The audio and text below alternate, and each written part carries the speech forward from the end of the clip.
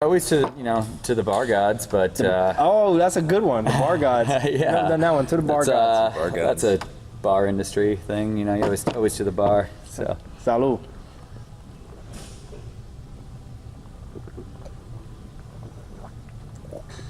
I had a hiccup in the middle. Man, it happens to the best of us. All right, you saw that on camera. I look like an amateur. I think I might be crying too. Just like college. It's that high carbonation there, dog. Oh, okay.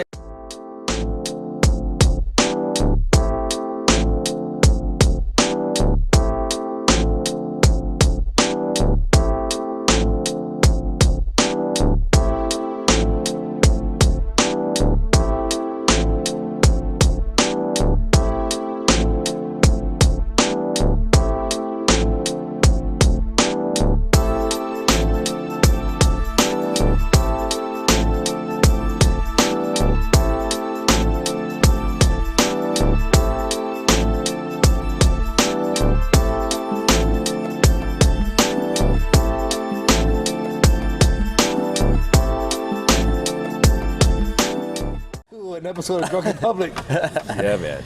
Beer's only 4%. I mean, thank you. I need that. Yeah. I look like I'm dying. So, my guest here today, I got Josh and Corey. Yeah, dude, good to be here. It's a pleasure. I first of all love this place. Second thing, I had a compliment. You guys run so many events here. It's hard for me to even keep up. So I try to share events on our page and like promote stuff. But you guys come up with too many. It's ridiculous. Yeah, our taproom manager Mike, he's on top of it, and he does a really great job. Yeah, it's a shameless plug for Michael Beck. Yeah, it is. So great. No, the idea has been and kind of always will be. There's got to always be something going on here. Mm-hmm. You might not be able to see this on camera, but if you haven't been here, we've got a pretty big space. Massive. I will be. We'll be seeing a video of how big this place is. It's kind of a glorified warehouse, but it is a warehouse. So we don't want to just be a warehouse that's open slinging beers every day. We want it to kind of have a different feel or a different atmosphere every time somebody comes in here, and we want our fans to know that every time they come by the brewery, likely there's going to be something going on that's fun, so that's kind of the idea. We try to fill our calendar up quite a bit. No, that's a great philosophy. Everything's different, right? I've been in the beer community for a year now. Before this, I didn't drink beer. So my first event here was last year, and it was a dating app event. I remember that. Yeah, I was here, and it was my first time in community. Yeah. And I'm like, okay, this is what they do here. They just promote events, and then the following week was something like low-key and chill event. I was like, all right. Yeah. So I don't know what to think of you guys, but then as time goes on, a year later, I see you guys do everything. Yeah, we have a lot of fun, man. And that's the cool thing, it's community, the name and kind of our culture is it's, anyone and everyone. And so, yeah, one day you might come in here and it might be like a really, like you said, like a dating app. And if I remember correctly, that was a definitive demographic. It was for sure. It was an interesting a collection group of people, but I thinking back now, I forgot all about that until I just remembered it. But whatever happened to that dating app, I've never seen it anywhere else. I can't say that I ever followed up. Was it one specific app, or was it? Yeah, it was like a bracket. They were promoting like a bracket, like what'd you call it? Sweet 16 bracket. Yeah. And you will compete against other people for someone's attention. That's hilarious and also kind of sad. Yeah. But it brought in there was a lot of women here, right? None but women, and then all the guys were hideous. I'm just like, So I do remember that very well, actually. There's a lot of women here. No offense to the guys that were here if they watched this episode. But no, it's kind of cool because you could come in the next week and it's a totally different group of people, totally different demographic. And the idea is really that beer should transcend, class. It should be a beverage that's enjoyed together, regardless of where you're from, where you're going, who your family is, what your religion or politics or whatever. At the end of the day, it's just about enjoying beer together, and that's kind of our underlying, mantra, you want to say, or whatever. You can definitely tell with the eclectic events you have here. Yeah. I think you've had a dog events here. You have 5K events here, biking events here, everything. Yeah, man, absolutely. We do a lot of nonprofit Release work. parties and Yep. So I think saying I was here for 20 minutes, and if someone was asking to do a nonprofit event here, we'll schedule it in. Yep. So it's fun, man. We try to do as much as we can, and it's cool because you can talk to somebody that's a super beer nerd that knows us and knows every beer we put out, and you can talk to somebody that really doesn't know much about local beer, but chances are, if they're from the area, they've heard of us or they've been to the brewery, or and the more people we get in here, it's you put a face to a name as a brand, and that translates into sales out in the marketplace because people feel like they know us. They've met the people that are making the beer, they've seen the spot, and so when they see a Mosaic tap handle or a Texas Lager can on a shelf, it's like, oh yeah, dude, I know those guys. Like, yeah, they're fucking crazy. Can I swear on that? No, you can swear. Okay. You can swear. Curse all you want. All right, good to know. I grew up in Jersey, so I'm from New York City. It's a reflex. Nice, dude. Yeah, What part? Queens. Yeah. What part of Jersey? So kind of right across the G-Dub, Bergen County. Yeah, Ridgewood is the name of the town. But, yeah. I've been out there. Really? I got family out there. Yeah. I got family all over Jersey. Right on. So that's badass, man. Yeah, man. Small fucking world. And then Glorious Beer Joss over here. What's going on? Not much, man. Just I'm sitting back here and letting you guys do your thing. Well, can I make a compliment about your beard? I remember you having a beard last time I met you, and this was maybe 2 months ago. Yeah. And I don't remember it being that big. Oh, it's weird because actually I just got it trimmed up last week because I went to the wedding. I cut like a good portion of it off. I guess maybe it's just He really cleaned himself up. Yeah. Yeah, that's air quotes there. Congratulations to whoever got married. Yes, that would be Brooke and Kale. Congrats, guys, if you guys ever hear this. Congrats. But no, yeah, man. When I saw you, I knew you had a beard, but when I saw you come, I was like, "What the fuck just happened here? Like, this beard is way bigger than I remember." But I also was drunk when I kind of met you. Yeah, it was Ross and Hall's 1 year anniversary, right? Yeah. And it was a very dark event. I remember that. So I mean, maybe that could have hidden the majesty, if you will. Probably. I was trying to get Danny drunk from Daniel from Pine Hub. I was trying to get him drunk. Oh yeah. Yeah, for his birthday, because that was his birthday too. Oh, okay. Yeah, I remember talking to him about it, and it's a really interesting concept they've got going on over there. Yeah. At the Pine Hub. Yeah, big ups to Pine Hub. They have an interesting thing. They're blowing up in Austin right now. So I know, but I don't want to talk on a tangent of Pine Hub, but I love you guys. Community. So, you guys been open 5 years? Yeah. 5.5. Coming up to be 6 in January. That's right. Oh wow, In fact, 6 years?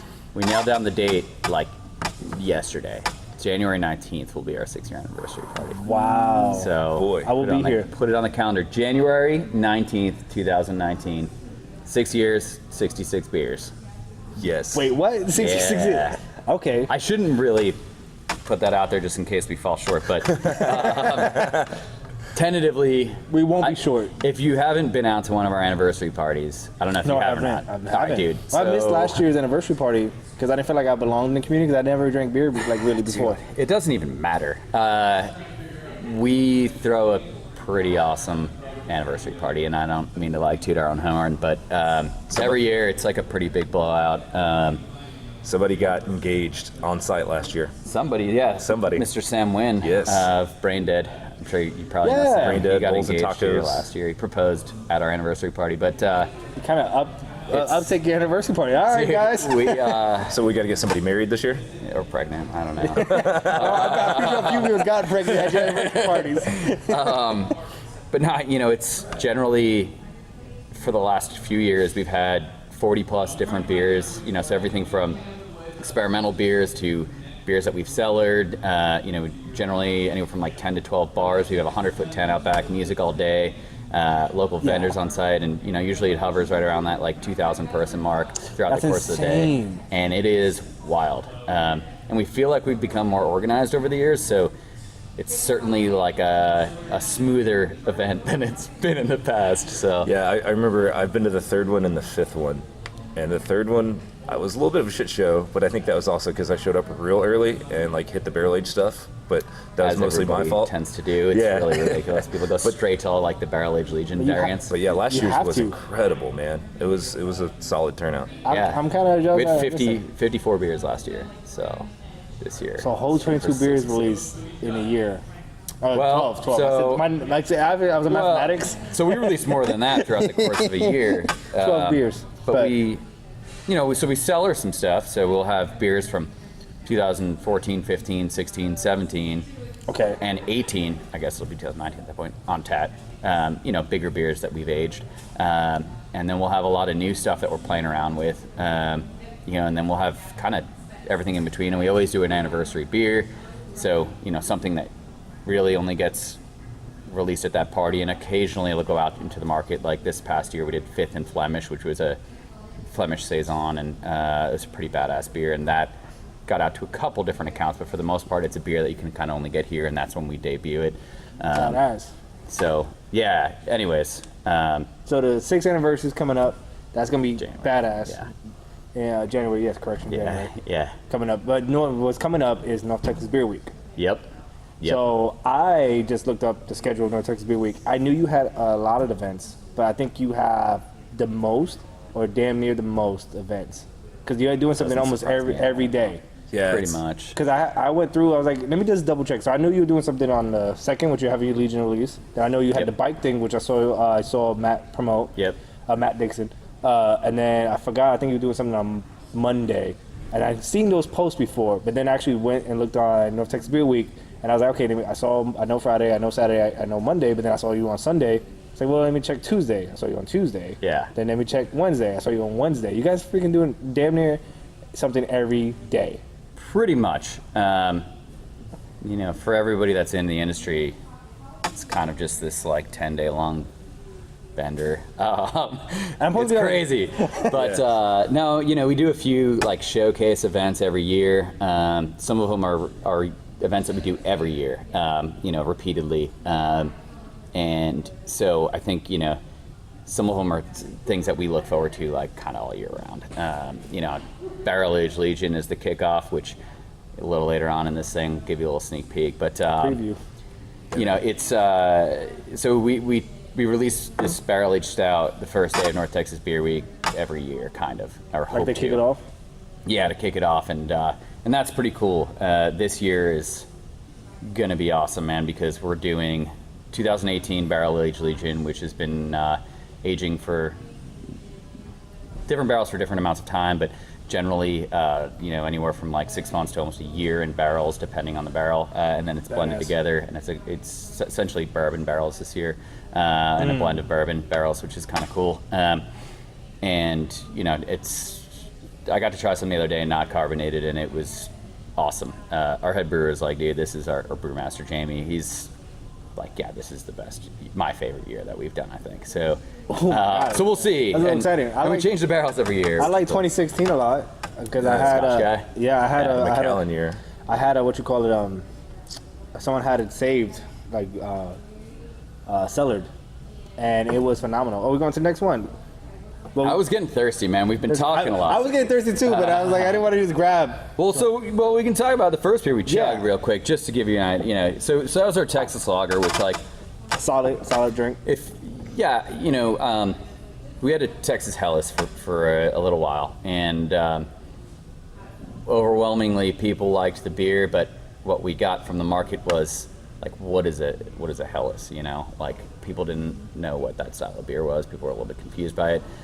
So especially here in the tap room, what we got is people just ordering Texas. Let me get the Texas beer. Let me get the Texas beer. So we decided to kind of tweak the recipe a little bit, and to just make it more of like an everyman's just lager. So Texas Lager. It's the beer that we chug in the afternoon. Apparently. Chug on every definitely. podcast. But it's easy drinking, man. It's refreshing, and we've got some badass. Like we just started doing it in these 19.2 cans. Yeah, these are solid. So, side note, there was the original, we were supposed to chug out of this, and then when you watch the intro to this, you see me dying, and yeah, I probably would have died chugging this. Yeah, those 7 extra ounces would have been a struggle for sure. Maybe I wouldn't have messed up, because I was just sipping, and then I coughed or choked something in the middle of it, and I was like, oh my God, what is going on? But those are fun, man. They go out to a lot of like concert venues and stuff like that. I was going to ask you everybody, because I would love that. Yeah, dude. I think Definitely get them at the Dos Equis Pavilion, Toyota Music Factory for sure, and a couple other like smaller venues and things like that. Yeah, Around- it's around the definitely area. a nice change from drinking. It is a good beer. Whatever you're, It's better than, of course, better than the big some of the big boys out there. But it's a lager. You can't do much with a lager, but Man, it's refreshing. It's clean. It's unoffensive.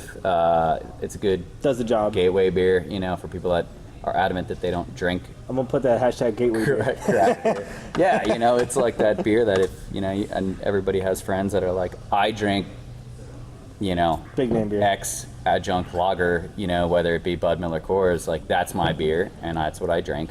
You know, and so if you get somebody to try a Texas lager, and then all of a sudden they're like, oh, I can get behind this, you know, and then their foot's in the door, and then you're like, well, if you like this beer, you know, maybe you should try this beer, and then, you know, and slowly but surely they're I think that's how they got me. I think that drinking double IPAs and barrel aged beers. Yeah, like, what happened to my life? Well, this is I just tasted it. I forgot what it was, but it was delicious. I remember now as I drink it.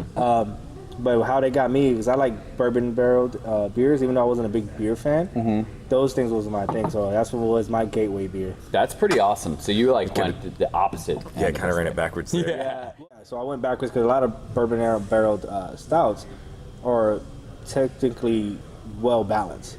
Now there's a lot going on there, and it's heavy on your tongue and it's heavy on your stomach, but I enjoyed it. Yeah. And talking about well balanced beers, a funnel cake beer. Yeah. So how did this come to concept? Oh man, this is gonna be. I'll definitely let Corey take this one because this is before my time at Community. I was always aware of it. So but did you come up with this beer? No, not me. Not me personally. No. That would have been phenomenal if it was you. I have a reason why I love this beer, and I'll tell you after this story. No, that's really funny though. You know, it's so at some point years ago, I think it's 2014, the State Fair kind of came to us, and they were looking to figure out a way because you know they have these award ceremonies at the State Fair for like most creative like foods basically, and kind of had this idea. Well, you know, can we do something that's like out of the box? And so they came to us and they're like, you know, we're thinking about how, you know, doing a beer for the State Fair and what that might look like, and at the time. We were messing around with vanilla at the time quite a bit, and so one of our actually was our lab manager and microbiologist. His name's Eric. He kind of came up with the idea, and we had thrown around a bunch of different stuff. I mean, like candied apple beer, like all sorts of weird stuff. That's interesting. Yeah.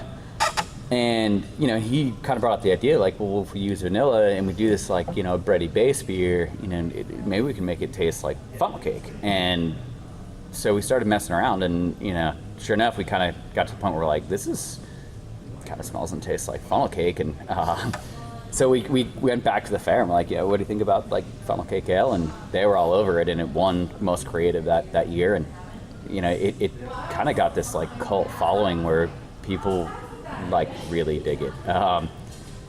We sold out this year, you know, like we do most years, and we still get calls like every day. Yeah, where can I get funnel cake ale? And you're like, sorry, dude, it's sold out. But you know, we do not a lot of it, but just enough kind of to hopefully last through the State Fair, and that's the only time of year that we make the beer. I think it did pretty well this year. I mean, I was there day one when it was shipped. My friend Chanel at Whole Foods, she announced that she had it at Whole Foods. I was like, I'm on the way. Yes.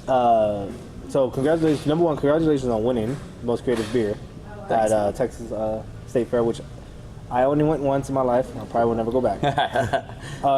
Yeah.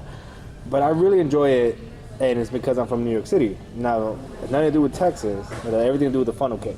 Yeah. And I think of funnel cake, I'm thinking Coney Island. Yeah, the boardwalk, dude. And I had funnel cake every time I went to Coney Island, Yep. so I really enjoyed it. So when I had the beer, I'm like, oh shit, it reminds me of home. Yeah. So it was one of my favorite things. Nice, and that's why dude. I enjoy it.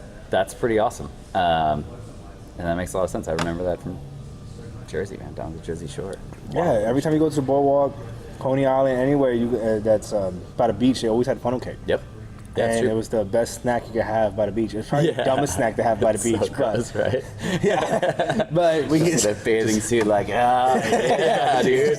Just all heavy and like floating your stomach out, and you're like, oh, what's up, we ladies? got sand flying around you. Like, it's not the smartest thing in the world, but it is like something we did as kids, and I really right. enjoy it. Dude. So I had it for the first time last year, and it brought back so many good memories, and I was like, yeah, I love that beer. Yeah, and I think that's why it's so successful for us. Is it's just like this semantics. You know, these people have these memories of going to the state fair, or, you know, or they love it, or whatever it is. But Yeah. you know, and this kind of like brings them back to that, and they're like, yeah, all right. So Dude, it works, and they serve it with powdered sugar on the, Yeah. the fair, which is I didn't fun. found that out this year because I don't really go to the fair. Right. And then, but I was at Craft and Growlers, and they were like, well, you gotta have powdered sugar on it. And so happened they had powdered sugar to put on the rim, and that's the tits. That's what you need. That's what knocks it out of the park, Yeah. right? Yeah. That's what you need. Like I've been missing out for a whole year. I was like, shit. When they, yeah, dude, and when they first started doing it at that fair, we were like, what are you doing? And, you know, because it's kind of like, I don't know, man, sacrilege in the craft beer world where you're like, what? It's a little hokey when you hear it at first. Yeah. And I know, like, when I do samplings and things with it, I'm like, hey, would you like some powdered sugar on it? And they're like, wait, what? And I was like, Yeah. trust me, just give it a try.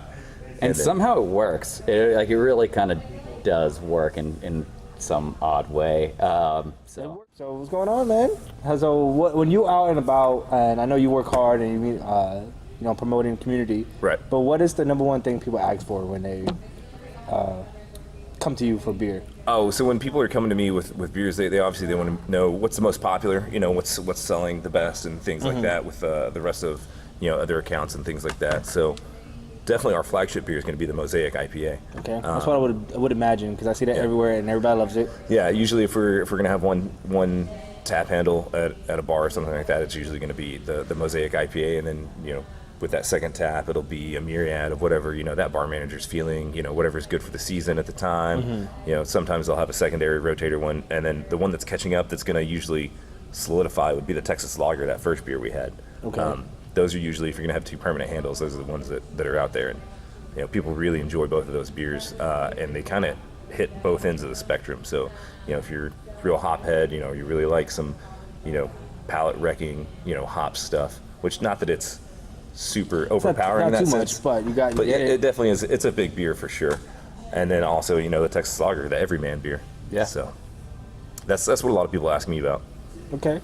I guess I didn't pour us Mosaic out of these 8 beers that we're drinking. So But we've all got a tried. variant of it though. So we got cans. We can try. yeah. I see. What's that? Orange peel? My eyesight's really bad. Yeah, so that's the wit beer. It's got coriander and orange peel. Yeah, it's a Belgian white. Okay. Yeah. Another beer that I didn't pour us today. I did a lot of We like, gotta weird stuff. We gotta. where you No, can't no, get let's out make it in the- eclectic. I like the eclectic, the craziness of it. It's enjoyable. But no, I would imagine that'd be your people ask about it. But I was hoping to be someone would ask something off the key. I would have guessed Mosaic, but I was hoping something that's But No. it makes sense. It's a solid beer though. Yeah, I mean, it's definitely, like I said, it's the flagship beer. It's, you know, far and away the most popular. So, yeah, it's the easiest one to find out there. Definitely. My one that I would say is also, you know, make often the Legion. It's probably my one I remember you guys the most of. Yeah, yeah. Say my first one I had was 2016 or last year, and that was phenomenal. Talk about the barrel aged or the standard? The 2016 barrel aged Yeah. Legion. The Macallan. That one was. Yeah, it was badass beer. Man, that was so good. Yep. It's actually kind of funny. Like in our sales group, we have like a group chat that's going on all day, and then usually someone will find like a 4-pack or like a case of it like stashed away somewhere, and then like they send it out, and then dude, it's like sharks in like circling fight blood in the you water. over, Yeah, yeah. man, it's like boom. People want it like immediately. They're like, oh my god, that's still like floating around somewhere. So if you know any sales reps or anything like that, usually like on the down low, we know where you can get your fix if you need it. Well, I need to be on the sales rep team so I can figure it out. No, I was blessed to get a sample of it last year, and I was like, man, never to try it again. Never Well, gonna get that again. We'll have it on tap this Friday, dude. Yeah, that's exciting too. Yeah, Though. yeah. But even the regular Legion is phenomenal too. Let's not undersell that. That's also it's an awesome Russian Imperial Stout. Yeah, for sure. It's huge. It's one of the more complex beers that we make, for sure. I know it's tough. There's like 12 different kinds of malt in that beer, which is kind of insane. Wait, what? Yeah, there's 12 different malts in that beer. Okay. Never heard that one before. Jamie is, yeah, dude. Jamie's the mastermind. It's definitely a complex recipe, that's for sure. Yeah, I would not have guessed that. Not that I say it's not complex. I'm sorry. Yeah. But I would not have guessed 12. Yeah, 12. Yep. It's It's not to keep up with. yeah, it's kind of ridiculous. Like the milling in schedule is kind of nuts when we brew that beer. But I wonder if the rate. Now, there's too many questions. Again, I'm not a big beer person, but I wonder if the ratio is different of how much of the different. That meant brain fart. Anyway, different types of malt. Yes. It absolutely is. I wonder how many different ratios there is, and how does he keep track of it? I would argue to say that there's probably 12 different ratios. Yeah, you know, Jamie is he's a pretty technical guy, and he's got a great palate, and you know, so we did a lot of, like every beer that we put out there, we do a lot of experimenting before we put something out, and so we'll do a few different kind of experimental or pilot batches is what we call them, and you know, to try to figure out where you know, where we want to go with something. And Do you like do 3 gallons or like a one single gallon? Or? Yeah, we do It's 1 barrel. it's a 1 barrel batch for us, so Okay. 31 gallons is a pilot batch for us. So it's essentially 2 standard kegs of beer that we'll do. Nice. So it's cool. But Yeah. if you got something you guys not happy with, you know, I'm always willing to take it off. Yeah, I mean, it happens. You know, we do. You're not going to just hit it out of the park every time you try to make a new beer. That's for sure. But it's still fun, and you know, and unless there's something like egregiously wrong with it, chances are it'll make it onto our, you know, our tap room menu at some point. And it might not be the name of the beer that we were going to make and put out in the market, but it might be called something else. And you know, and, I like that, like the twist on it. yeah, but it's still fun. And you know, like I know last year we did at the anniversary party like experimental batch 1, 2, and 3 of, I don't remember what it was. It might have been Yes Sir or something, but like it was a hoppy beer that we were messing around with the hops. So the grain was all the same, the grain bill, but we changed the hops for all 3, and so you could kind of see like the progression of like, okay, this is the first temp, this is the second, this is the third, this is what they landed on. You know, it's kind of cool to see that evolution. Speaking of like experimental stuff, so this next beer, this comes from our pilot batch. We got a new pallet system. Okay. Cheers. Cheers. And not earlier this year, so we've got to mess around a lot. And do a lot of kind of one-offs or kind of side projects, and a lot of our brewers get to submit their recipes to Jamie and be like, hey, this is an idea I have for a beer, here's my recipe, and what do you think? And he might make a few changes, and then they actually get to brew their beer and have it on tap here at the tap room, which is kind of a cool thing. That's actually badass. That's actually feed into one of my questions for later, but yeah, that's phenomenal. Yeah, it's a lot of fun, man. So- So this is a one-off of our Yes Sir Pale Ale, that like green can down on the left there, which is like a hop-forward pale ale that features lemon drop and eureka hops. So you get a lot of like kind of like lemon rind, zesty kind of tropical flavors or citrus flavors that is blended with organic blackberry puree from Oregon. So and also lemongrass or something, lemons, right? Yeah. Some lemon peel or lemon peel. Lemon peel so added it's to it. blackberry and That's lemon what peel. Yes, sir. tasting is the lemon. I was like, it's solid, yeah, and this is one of the more popular pilot batch ones. So it's fun to man, like. it's a solid though. Yeah, Whoever came up with this pilot patch, tell them 5 thumbs up.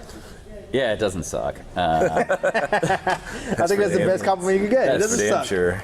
That's like, that's Jamie's like, that if something's really good, he'll be like, it doesn't suck. Yeah, that's awesome. Hey, But, yeah. but yeah, so it's really nice to play around, and that's to give, you know, some freedom to our brewing staff, because, you know, as a production brewery, you kind of get in the same cycle of like, okay, you know that we've got to make X, Y, and Z beers consistently throughout the entire year. Yeah. And if you feel like you're always just doing those beers, the job becomes a little bit mundane. So it's nice to be able to kind of throw in these experimental beers and give some people some real kind of creative liberties to just kind of go nuts and do what they want to do. It also breeds a team environment, and like you can feel involved. For That's sure. what you want people to be, feel involved and be part of the community of cliche community. It's not a cliche, man. It's purposely built into our culture here. No, so. that is phenomenal though. You have to, and the reason I try to ask these questions. Now, sometimes I don't always ask, but I try to ask. Is like, how do you get other brewers involved? Because you have someone who makes the recipes, and then you have the pilot patches, and then you have the rest of the crew once it gets down packed. Okay, this is how we're gonna make it, and they work. But how do you get them involved? I'm always interested in the culture behind the breweries and see if they allow their brewers to work with them and make batches and stuff. Yeah.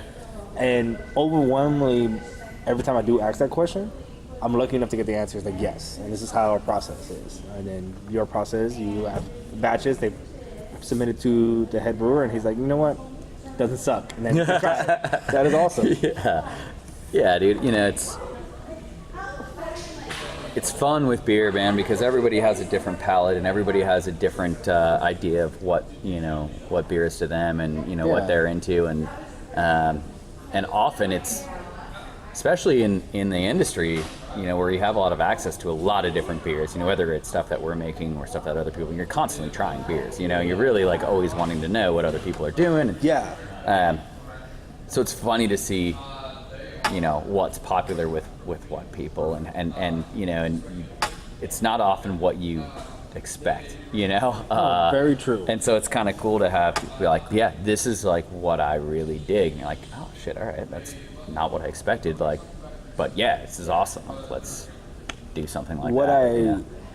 What I really like about this beer community, and I can't speak for other beer communities, but I can definitely speak for North Texas since I've been around it for a little bit now, is that you guys actually fucking talk to each other. You guys actually hang out with, maybe not hang out be the best word, but when you guys show up at places, you guys are always exchanging beers with each other and having people honest opinion about it. Yeah. And no one, from my short experience here, no one really got offended by it, because no one ever really saying this shit sucks, get out of here. But it's like, okay, this is what I would tweak, and you guys actually have conversations with each other. Yeah. It's that's definitely one thing that I guess I can definitely speak to coming, because I managed a beer bar in East Texas before I moved to Dallas, and then eventually kind of got into this particular role here at Community. But it was, I had the knowledge and the base and everything about craft beer, from where I was working. And then actually the sales manager at the time here was like, I would hire you because I know your knowledge and whatnot, but she said, come to Dallas, work in beer bars for about 2 years, really learn this culture and this market, because it's very unique, and then start applying and looking out for jobs and things like that. And that was like right on the money. That was the best advice I ever got anywhere in this profession. And it's weird because it is like very communal. It's kind of like a brotherhood, and it's kind of us against the big guys is like the mentality here. Yeah. So. And it is, I feel what like. What about amongst sales reps for other, like, is it still kind of, because I know obviously the market's matured some here, do you think that sales teams from other North Texas breweries generally, like, everybody's like fairly supportive of each other, or do you think it's getting to be more competitive now? It's kind of like, it's a fine line between the two. I know that there's like some sales reps that I really, really get along with, and I like to hang out with, and when I see them at events, I'm like, dude, let's go shotgun a beer. Let's go do some fun stuff like that. It's the craft beer handshake. Yeah. But it's like, no one's ever been like an outright dick to me or anything like that. I know it is competitive, because at the end of the day, you've got to sell beer, and that's, if you're selling more of your beer, someone is probably going to be selling less of their beer, and that's kind of how it works. But like, other than that, it's everyone I run into is generally pretty friendly. Yeah. I was going to say, from an outsider looking in, definitely, because my experience is also because I'm learning about beer. Everyone I've ever met, especially sales reps, they're always like, okay, we don't have something that fits your palate, but I know X brewery has something that fits your palate. Yeah. You ever heard of Manhattan Project? They might have something on this tap room over here. You might like that more.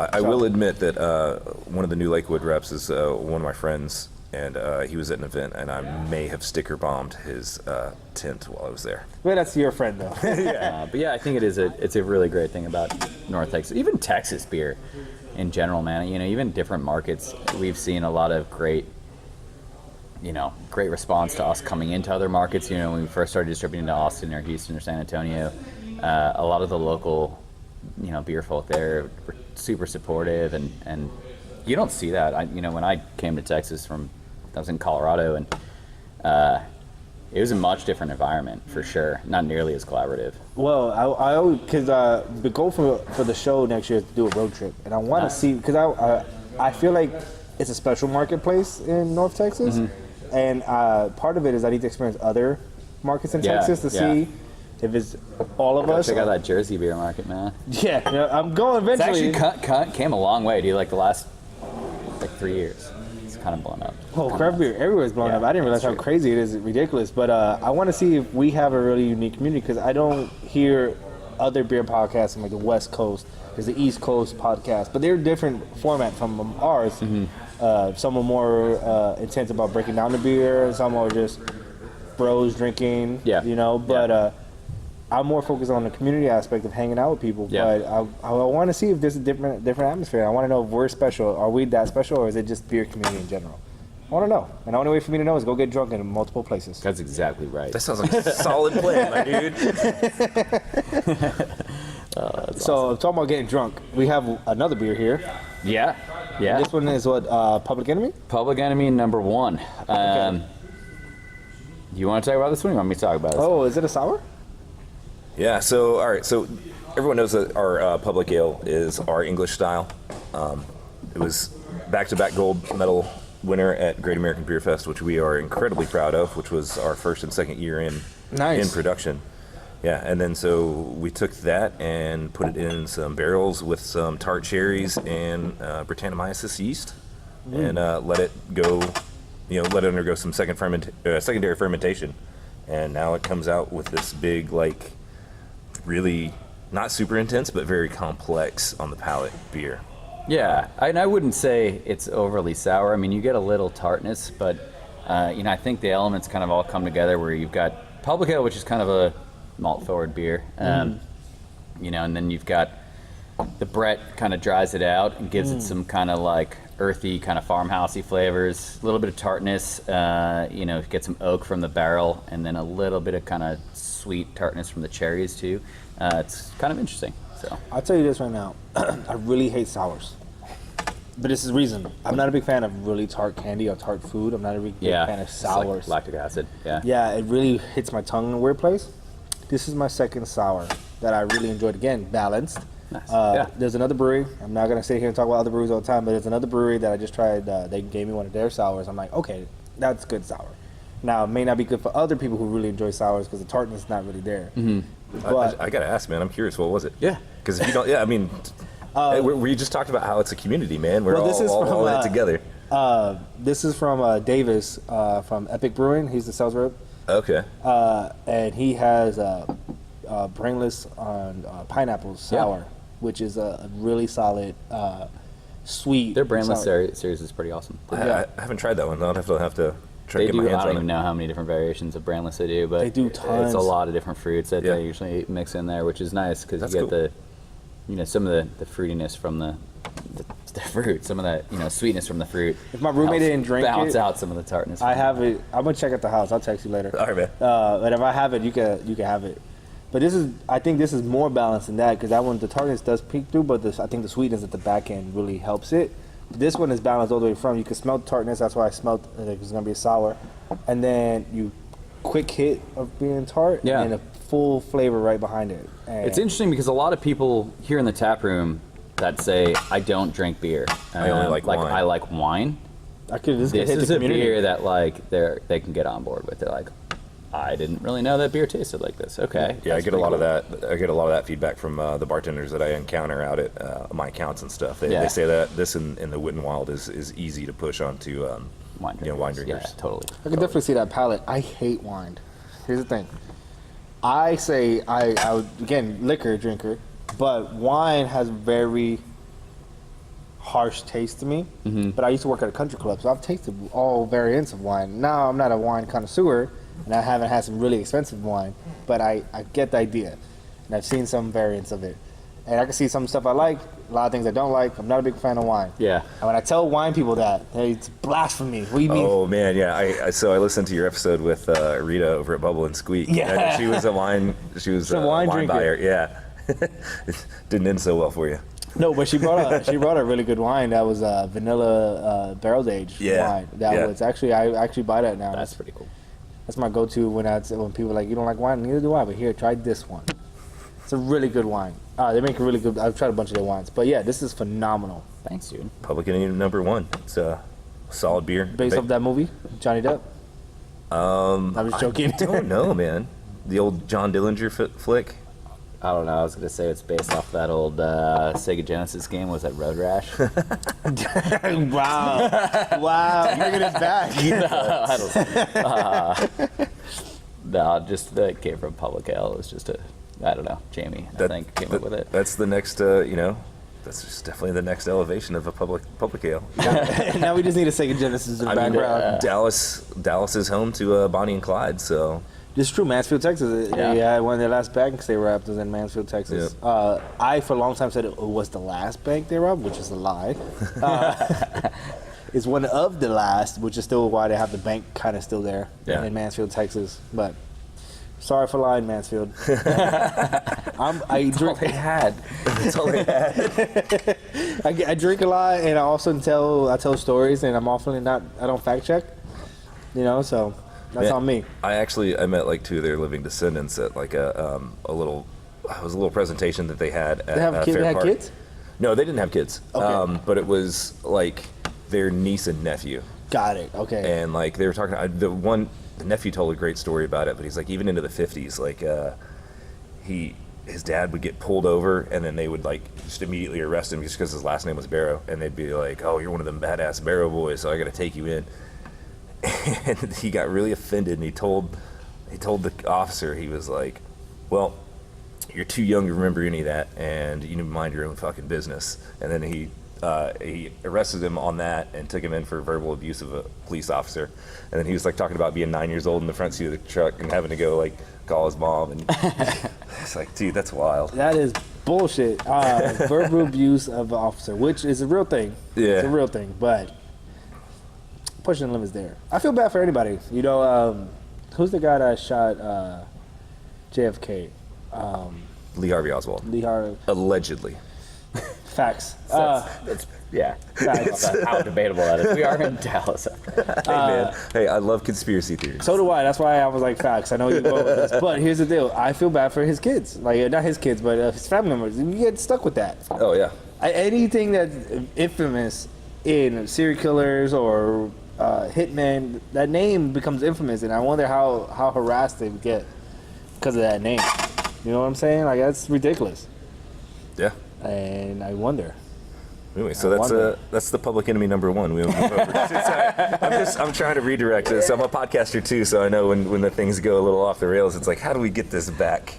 Thank you. Sometimes I don't. I just let it go off the rails. Yeah. I don't know if you like the last few episodes. I let it get off the rails. Yeah, that's the point of when we drink. I mean, it's fun sometimes. We got like 2 more beers here to cover, so I have 3 more.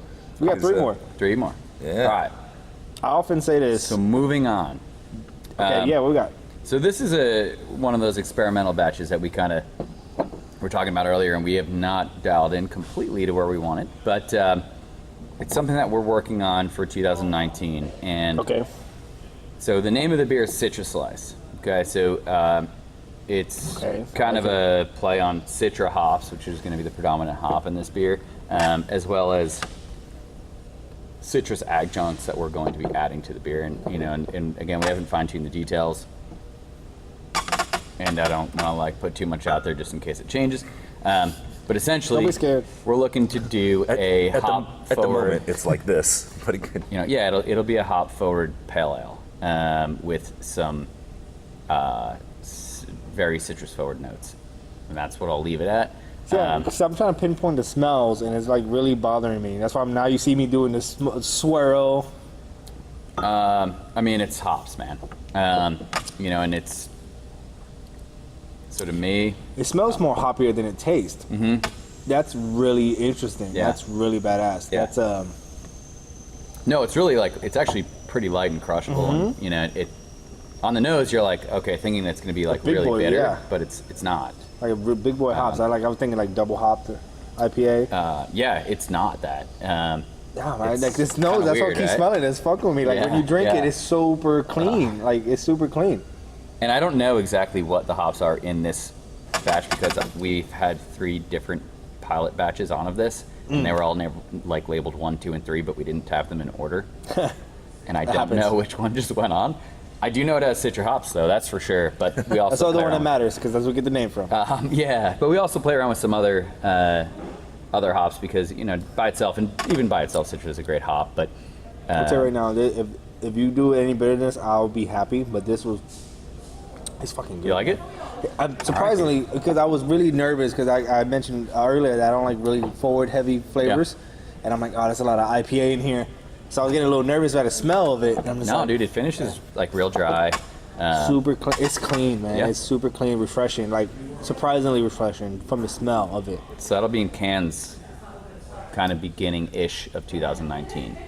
Okay, that's Ish. exciting.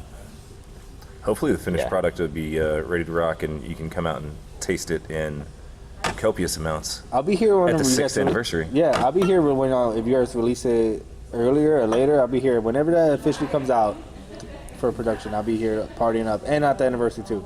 Yeah, this would be a good chance to plug. Definitely go follow us on Facebook if you're interested in these rare tappings, because Corey does a great job of putting all that stuff forward on our Facebook presence on when we're going to have rare beer tappings and special events and things like that on the So you weekends. post all that, nice. So you're the mad genius. Myself and Dave. who's around here. Talking about Dave, he just posted a badass video. I don't know, did you guys make that video here? Yeah. That's We do really, all of our stuff in-house, which is kind of crazy, but most of our marketing and most of our social media stuff is all basically done here in-house between myself and Dave, and that's, and then whoever else is just Yeah. like the happens to be in the videos. Yeah. But we have fun with it, man. But yeah, we've got a bunch of shit coming up. So he was doing a video for the KOTOR with Pedicolas. yeah, that's what I'm saying. It's on their Facebook at this moment right now. This is right now at the 10:30. I will be posting it here at the end of this podcast, sharing it. It's a badass video, and I was looking at it when you guys were getting ready and posting. I was like, that's a fucking clean Dude, video. so, yeah, that event, we're talking about the Pedicolas Community Beer Company KOTOR. I think it's the only event that I know of that you can go to both of our breweries via bus and be shuttled back and forth and just have an awesome time. And A shit show. It's everybody drinks the correct amount of alcohol. Yes. For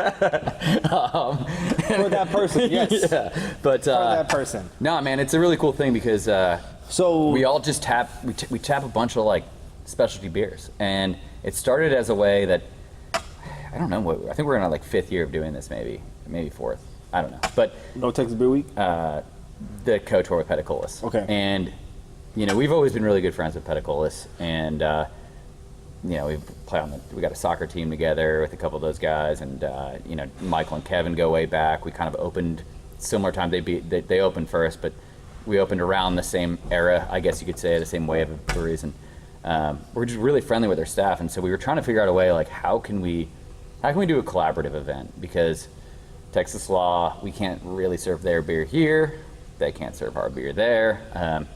So how do we do it? And we're like, dude, we're gonna rent a school bus, an old school school bus, and we're just gonna shuttle people back and forth, and we're both gonna just put on ridiculous tap lists, and you just come and you try whatever beer you want, and we'll give guided tours of our breweries, and inevitably it's like parts of their staff are riding the bus with customers and parts of our staff, so we're like going back and forth, and then kind of by the end of the night it's like a kind of an industry party, and all and everybody that comes out gets to talk with everybody who's working at the 2 different breweries, talk about all these weird beers that we have on tap, and it's just fucking super fun, man. Super fun. That's phenomenal. So it sounds like another event I need to be at. Like I said, you guys run so many events that I need to be at. Yeah. So it's insane. But that fit into another question that you answered beautifully as well, is how do you guys work together? When I think the staples of North Texas beer, I know Franconia was open first. I know Raw in Fort Worth was open first, and no shame to them. But when I think of, since I've been around for a year, when I think of North Texas beer, the staples,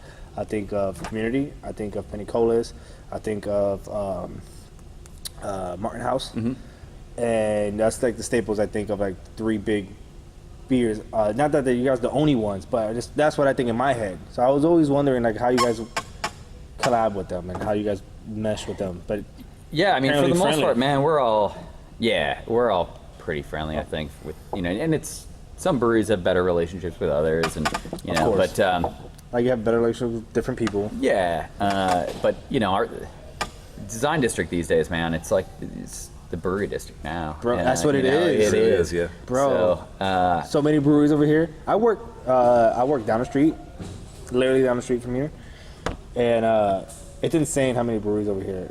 Like, it's awesome, and it's funny, people come and they ask us this all the time, like, are you guys like pissed that another brewery's opening up down the street? Like, it's more competition for you? And like my answer immediately has always been like, hell no. Like, welcome to the neighborhood. It's awesome, because at some point, like, it's just getting people to come down to this area and drink more beer, because if you've made it to Petacolis to drink, a Lost Epic or whatever, if you're at Texas Ale Project, drink Fire Ant Funeral, if you're at Bishop's Cider, sorry, to drink, Cidercade is the proper name. I say it wrong all the time. Cider. If you're at Pegasus City, to have one of their beers. Noble Ray's over there. Noble Ray's also over there. If you've made it to any of those breweries, chances are we're also on your radar, and so then it's just about coming to have some beer here too, and come check us out. And so I think it's great. It really is awesome. The more the merrier. I think I just want to get everybody in North Texas coming out to the Design District to drink beer. No, you have to. I think this is a staple now. But also a plug for people that never worked with us, but Pie Tap over here drinks. They're awesome. They're awesome. They have some phenomenal food. They have some really good Friday craft beer. Pizza Day here. Every Friday we have pie. Basically, like literally every Friday we have. I was there. I go to Pie Tap as often as I can. Staff is great. The food is great. Of course, the beer is great. They do a lot of local craft beer. It's a really good place to hang out and drink. Damn right, man. And I'm so happy how popular it's gotten. Like now, I used to go at 2 o'clock and be dead, a little dead, right before the rush, busy all the time. Yeah. And I'm happy for them. It's great. They've it's good food, good beer list. It's really good food. Service. So like. The people are fun. I was lucky enough. I'm just lucky. Every word that we ever had was freaking phenomenal. They're just fun. That's what it comes down to, man. Yeah. So bigs up to Pie Tap. I just want to plug them in real quick. So we have one more beer. So the last beer here on the table is a beer that we'll be featuring, and not to plug another event, but plug all the events. So we're going to be featuring, and this is another one of those events that, man, if we do a lot of amazing beer dinners out in the marketplace, but. We don't have a kitchen here, right? No, you don't. If you do, I'll be surprised. We got a microwave in the back. Technically a kitchen. When the first North Texas Beer Week kind of came around, and it was something that I was saying ever since I started working here, like I want to do a pop-up beer dinner here. I want to do like a badass pop-up dinner. And so we've been now doing this, I think this will be our 4th year, and we're fortunate enough to work with Sean Merchant, who's the executive chef for Bob's Steak and Chop House. If you haven't been to Bob's, it's like a really ridiculous steakhouse. Yeah. I've been there once. Dude is super talented, and he goes way back with Jamie Fulton, our brewmaster. They actually worked together at the Covey, which is a brew pub Jamie owned in Fort Worth years ago. He was the chef there, and so as Sean grew up and went to work for Bob's and everything, Jamie grew up and basically made community what it is today. It was awesome to bring those guys back together, and so we basically set up a pop-up kitchen here in the tap room, and it's limited to we only release a small amount of tickets, but so it goes out fast, so pay attention. $70, which is really not much if you're eating Bob's. No, I can't even go to Bob's and eat a single plate. No, for 70. But it's 5 courses, and get this the fuck out of here. I'm dead serious, man. So we've got ridiculous cuts of meat. It's absurd. The guy Sean goes nuts, man. It's really cool. I don't even know, before really Fishy releases, I need let me know. I need some tickets. Yeah, we're gonna buy some. We're gonna release the menu. It's so this event is next Tuesday. What? Yeah, it's next Tuesday. And so it's 5 courses paired with 7 community beers for $70. And last year, and again, I'm not trying to toot our horn or anything, but it was maybe one of the most badass beer dinners I'd ever been to. And it's cool. We deck out the whole place. The whole tap room's decked out candlelight, super fancy. We bring in everything from all the plates and silverware and everything. And I'm just excited. And we tap all sorts of one-off beers, rare beers. There's quite a few surprises for this beer dinner, but one of them, which is this last beer, is kind of a cool one off of our Mosaic IPA, is our most popular beer. And so we did a very small batch of, we call it DDH or double dry hop Mosaic, even though in reality, and our brewmaster Jamie always likes to remind us of this because we call it DDH, and he's like, listen, it's false advertising because I'm adding 4 times the amount of hops in the dry hopping process. And so even though we call it double, he's like, you should be calling it quadruple. But I'm like, dude, like QDH Mosaic IPA. It doesn't roll off the tongue. Yeah. The mega hot And I mosaic. think like DDH is the preferred industry nomenclature these days. But That's weird because that wasn't around a year ago when I started, but now it's everywhere. yeah. DDH. So essentially, we take a small batch of Mosaic IPA and we added about 4 times the amount of hops that we typically would We add didn't for the dry shortchange you. hopping, process. So, it's just, yeah. I'm excited. This is It's like you kind of under promise and over deliver with that one. Double dry hop, but you're getting way more. Yeah, I mean, it's still pretty well balanced. Mosaic is a balanced IPA. I will tell you this. Yeah, exactly what you just said. It's super balanced. Again, surprisingly balanced. Like, I'm not looking to say nothing's balanced, but when I hear 4 times the hops, when I hear an IPA, like I set myself up to think maybe not so balanced. But Yeah. surprisingly super clean again. Yeah. You get the Mosaic cleanness of it. Then even though you put the quadruple hops on it, it's still balanced at the end of it. So I think it's all thanks to Jamie's mad genius skills here. He knows what he's doing for sure. And a lot of in dry hopping, increasing dry hoppiness really is increasing the aroma more than anything. And aroma obviously plays a really large role in taste. But we're not necessarily adding more hops to the boil. So by doing that, we would increase the overall bitterness of the beer, which would result in something that's generally not balanced if we kept the grain bill the same. So, by adding it on basically what's called coal side, it's Throwing them in there. it really just it pronunciates the. To me, like you get a lot of like herbal notes, you get a lot of like tropical kind of papaya and mango, and maybe some blueberry and some pine, and I'll tell you this right now. fun. Even though it's not too much heavy on the nose, I'm trying to picture. Now again, memory and smell is very not reliable, but I'm trying to remember what a Mosaic IPA smells to me, and I pretty much we can show you. Yeah, that. We can make that happen. Yeah. We've got the technology. we have power. Easy fix, my friend. So yeah, you might want to just pour it in the glass because you're not going to get much smell out of the can. But You get some, but yeah, you're right. Okay, yeah, you could definitely smell the difference. so Yeah. I'm actually curious too. Especially because this is it's warmed up a little bit. It's really pronounced. This is warm too.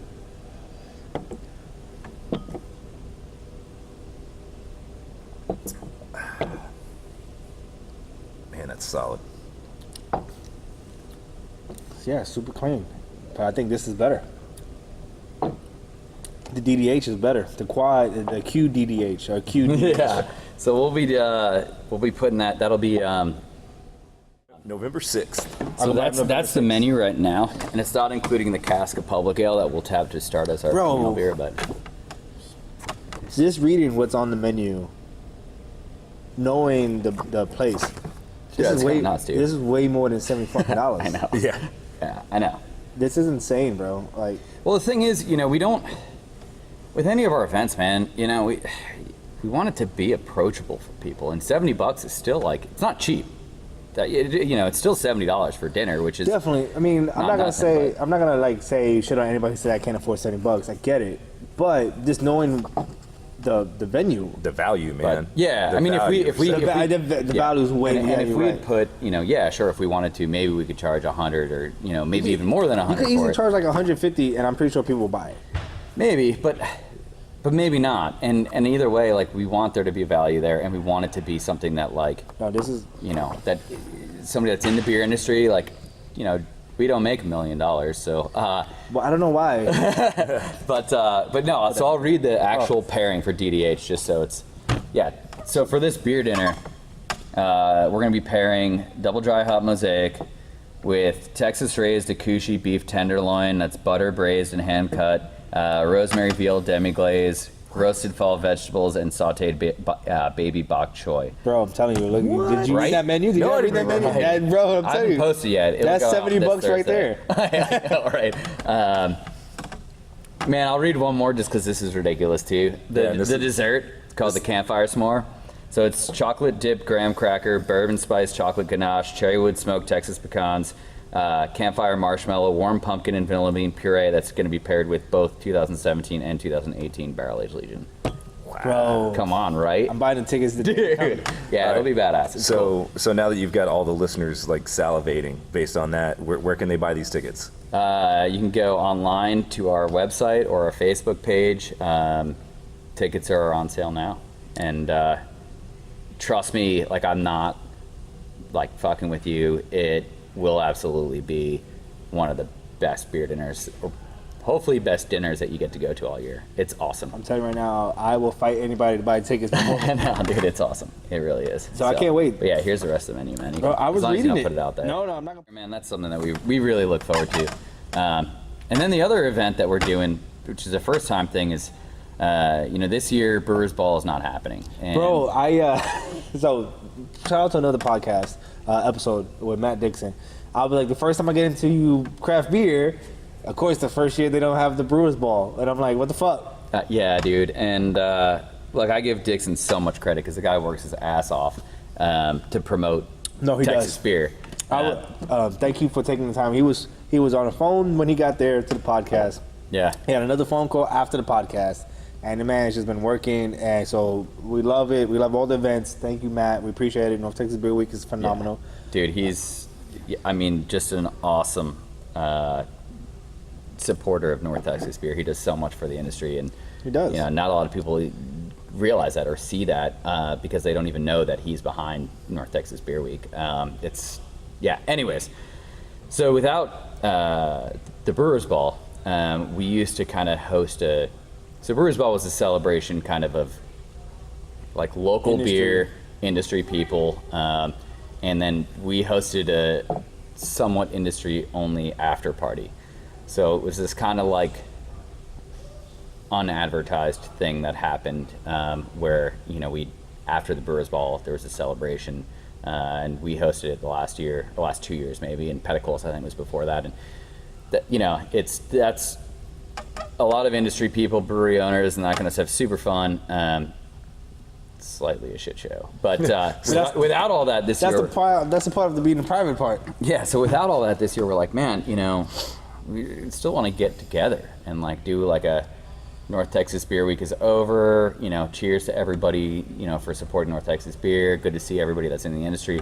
So we're doing a hangover brunch per se. Yeah. So on the last day of North Texas Beer Week, which is November 11th, Sunday, we're teaming up with Luck over in Trinity Groves. Oh, shout out to them too. Yeah. And so phenomenal. They do a lot of great things. yeah, dude. So they're doing a brunch here, where for I think it's like 20 or so bucks, 20, 25 bucks.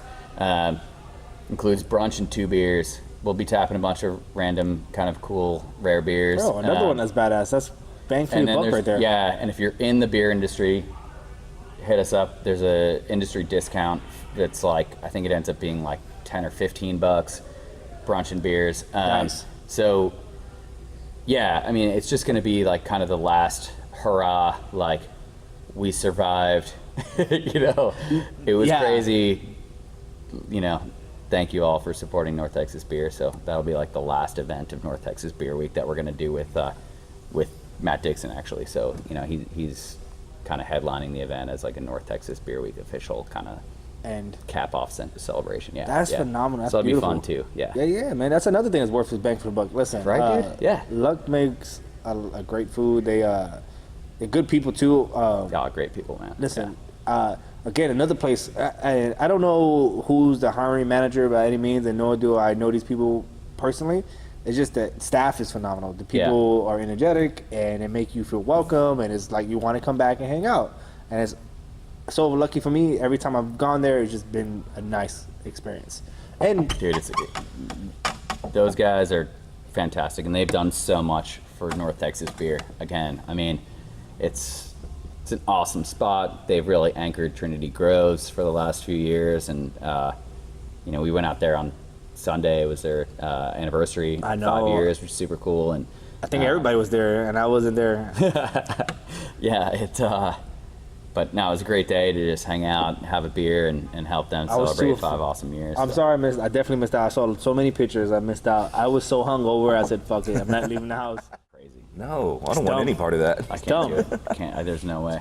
I'm a functioning Been alcoholic. in the beer industry for too long. I just can't do it But anymore. there's certain times that I wake up with a hangover, and that Sunday was the second time, and I'm a big baby. Yeah, I'm the same way, dude.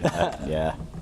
My poor dog had As I get older, it gets worse, get doesn't it? worse. So much worse, dude. I get Yeah. cramps now when I drink. If I drink a little too much and not enough water, I get cramps Yeah. in my legs. Yeah, dude. Like, what the fuck is that? I don't know. But well, dude, let's do. We're gonna do a quick walkthrough. So We're gonna the last beer. We're gonna go to the back and change the venue. sneak some beer out of the tank. What are we gonna get? Fucking Phenomenal Legion. Yeah. Let's go. I haven't had this year's yet, so What? I'm excited too. Yeah. Fuck yes. Not a lot of people have. That pigtail is still on that barrel aged.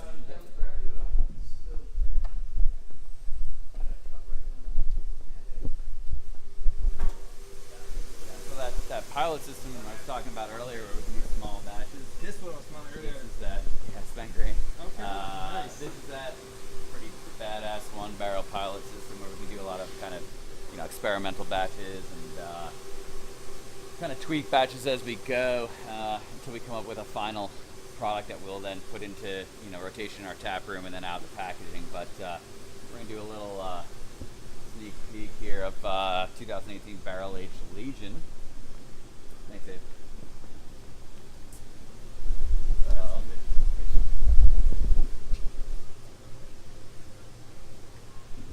We're in the secret areas now. Oh, well. Back up now. Thanks.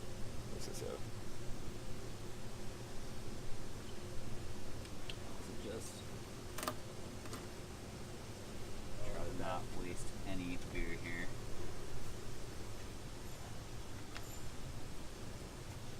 Little guys of that.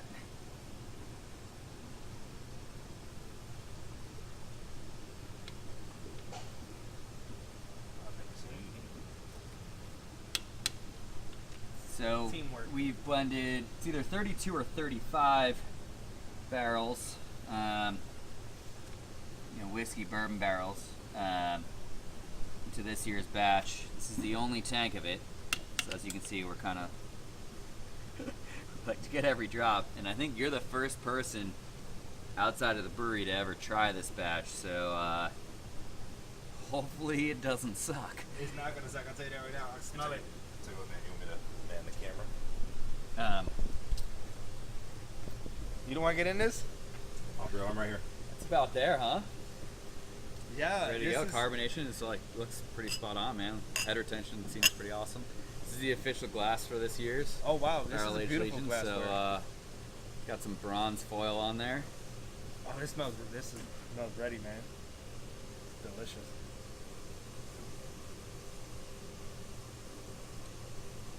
Oh, wow.